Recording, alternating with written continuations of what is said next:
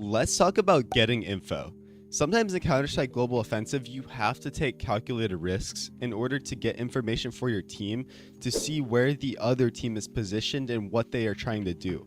First today, I want to talk about getting information on the CT side and talk about what the value of this is and when you should do it, why you should do it, and what to avoid when you're doing it, right?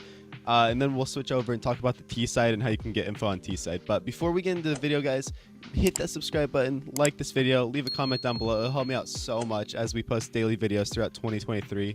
And I try to, do as good as I can. So I'd appreciate it.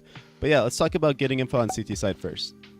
Now, on CT side, your objective obviously is to stop the T side from taking map control and planting the bomb, right? And the T side is going to be throwing utility to, make sure that, that they can take map control. They're going to be smoking Arch, running up through here. We're going to use Inferno today as an example of this. And essentially, when the T's are taking all this control, you're gonna have to back off, right? Eventually, you're gonna have to just be like, all right, I'm taking my shots, but I'm leaving, right? And eventually, you're gonna be playing for sight, right? But the problem with this is you cannot just be sitting on site, especially like on a map like Inferno, because the T's are going to take control and cut off your rotations and make sure that you can't help your teammates, right? So what's going to happen is you're going to play 3 on A site, right? You're going to have like a 3A setup, which is great. It's awesome for holding A site. Maybe you have a guy site, a guy mini pit, and a guy big pit. Great. That's awesome for holding A. But what are you going to do when the T side just decides to run up through B and then hit your guys on B with a 5 versus 2, right? And maybe your B guys need to play retake then, or maybe it's just hard, right? You're not going to win the round. So we need to get information on the CT side to prevent these 5v2s, these 4v2s from happening, right? Because we can't just gamble. We can't just get lucky every time.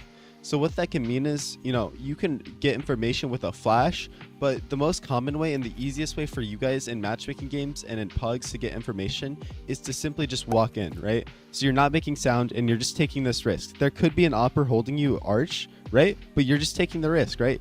All right, guys, I'm going to get information brackets. Oh, all right, nothing here. Nothing here. And if you want, you could walk down mid then, right? Depending on how late in the round, that's a great play.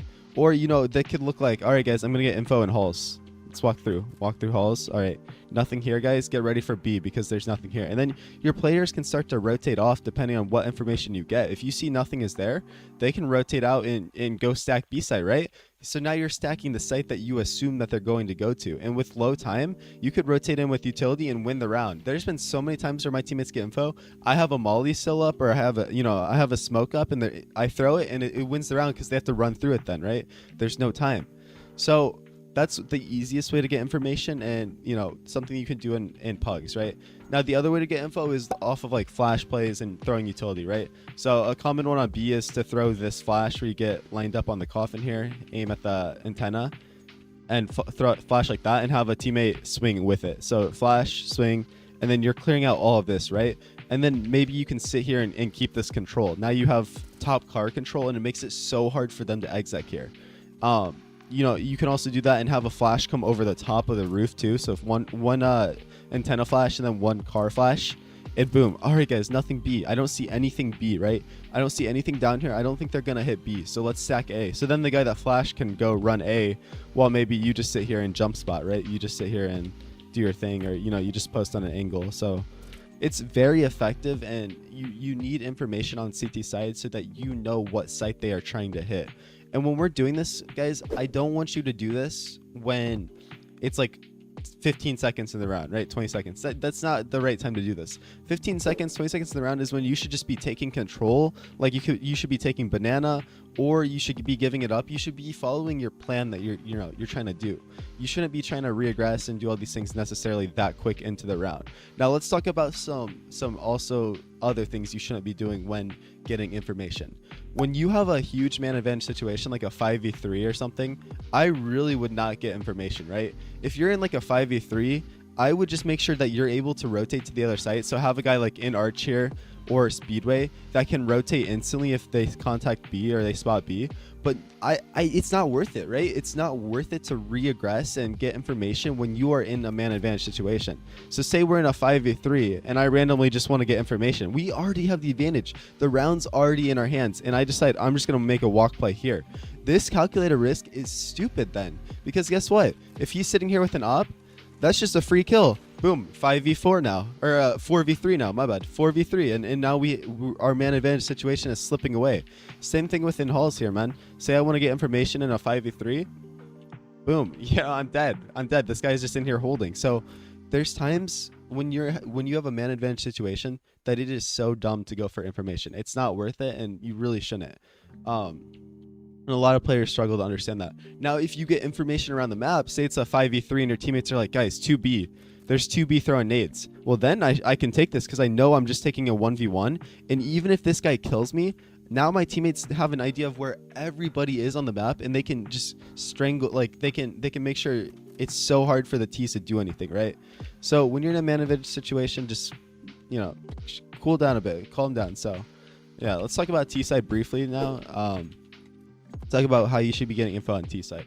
So again, I told you guys the objective of T side is to plant the bomb, right? You're not necessarily trying to kill all the CTs. That's a bonus if that happens, but you're trying to get to the site to plant the bomb and force the CTs into a retake usually, right? That's your goal, is to get the bomb down. So when we're doing this, sometimes, you know, it could be a 5v5 situation. You know, you need to know what site they're kind of stacking. And again, Inferno is a really good map for this as far as T sites go, because you can control and manipulate their rotation so much, especially with Arch side. This is so important. This control is so important because you're going to cut off the A players from rotating freely into CT if you can get this Arch control. So we need to get information, right? We need to know what site they're stacking, where they're at. So if it's like a late round and it's like or a mid round and it's like 5v5 and you're like, man, it's quiet, one thing you can do to get information is have like one guy flashing here, one guy throwing utility, 3 guys set up on the other side of the map, and, you know, maybe bombs like a little late, the guy with bombs a little late, but have your someone like with an SMG, someone with lower guns, no utility, have them drop all their util, get them flashed into the site that you're not going to, right? So in this case, get them flashed into B. All right, flashing in. Oh, dude, I don't see an, oh, they're playing retake. Like, I can tell they're playing retake. And then, you know, you can take the site, and then now you have B site. Your players can rotate back in B. Or it's the opposite. You know, he flashes you in, you get killed, and you're like, oh, dude, 3B. There's 3B, right? And so now you have this calm that there's 3B, and they can all run in A knowing that there's only 2 here, right? So they can do their thing, throw their utility, and run in confidently knowing that there's 2 here. Let's 3v2 them, 4v2 them, whatever it is.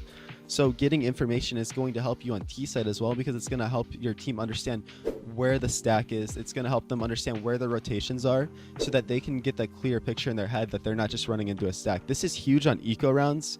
On eco rounds, if you have a guy on a Mac 10, I have an MP9 here, but if you have a guy on a Mac 10, bro, flash him in Arch, let him get all this information, because guess what? You could flash him over Arch, he jumps in here, there's 5 people stacked here, and then he's like, guys, 5 Arch, and then your teammates can just literally have a moto smoke here and have a free plant, right? Or they can run B if they already have B space. So getting information is huge in Counter-Strike Global Offensive. It's something that you need to do if you want to be a good player, a good team. Send this video to your teammates if they're struggling to understand this, and I think it will really help them out. So yeah, you guys have a great rest of your day, though. Again, I'd appreciate it if you hit that subscribe button, like this video. It means a lot.